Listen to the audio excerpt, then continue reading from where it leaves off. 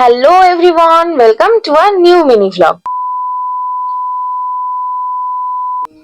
আজ টিউসডে আর আজকে হচ্ছে মকর সংক্রান্তি, কিন্তু আমাদের তো কলেজ ছুটি নেই, তাই আমি সকাল সকাল উঠে গেছি, এখানে রেডি হয়ে গেছি কলেজ যাওয়ার জন্য।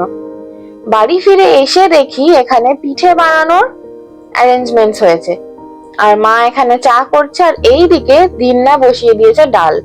হ্যাঁ, দিন্নারা গেছিল মানিদের বাড়ি, অনেকদিন সেখানে ছিল, বাট আজকে মানি দিন্না দাদুকে নিয়ে আমাদের বাড়িতে এসেছে।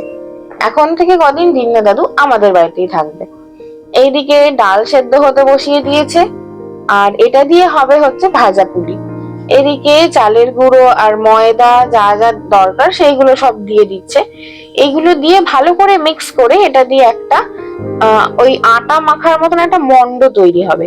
সেই মন্ড থেকে লেচি কেটে কেটে বানানো হবে পুলি।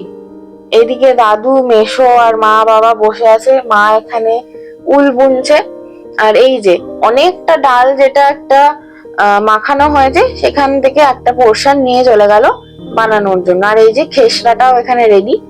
ওই যে আটার মতন একটা মন্ড তৈরি করা হয়েছে, ওটা ভালো করে মেখে, আর এখানে ভালো করে হাতের সাহায্যে বাটির মতন করে তার মধ্যে পুর দিতে হবে। পুর দিয়ে এটাকে ভালো করে সিল করে দিতে হবে। সিল করে দেওয়ার পরে এটা পিঠের আকারে গড়ে নিতে হবে। আমি তোমাদের এখানে নেক্সট ক্লিপটায় তোমাদের দেখিয়ে দিচ্ছি। এই দেখো, এখানে ভালো করে বাটির মতন করে শেপ করে নিয়ে এখানে খেসরাটা ভিতরে দিয়ে তারপর মোমোর মতন করে সিল করে দিতে হবে, দেন পটলের শেপ দিয়ে দিতে হবে। তারপরে মা এখানে চলে এসেছে তেলটা গরম করতে, কারণ পুলিগুলো নরম থাকতে থাকতেই ভেজে ফেলতে হবে, নইলে এটা টেস্টটা ভালো আসবে না।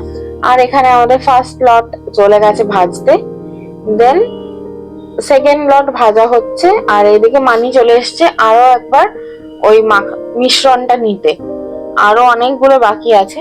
আর এইদিকে ছোটদি ভাই নিয়ে চলে এসছে দুধ পুলি, কারণ আমাদের বাড়িতে হচ্ছে ভাজা পুলি আর ছোটদি ভাই করেছে দুধ পুলি, তাই জন্য দুধ পুলি ভাজা পুলি মিলিয়ে আজকে সন্ধ্যাটা বেশ ভালোই কাটলো।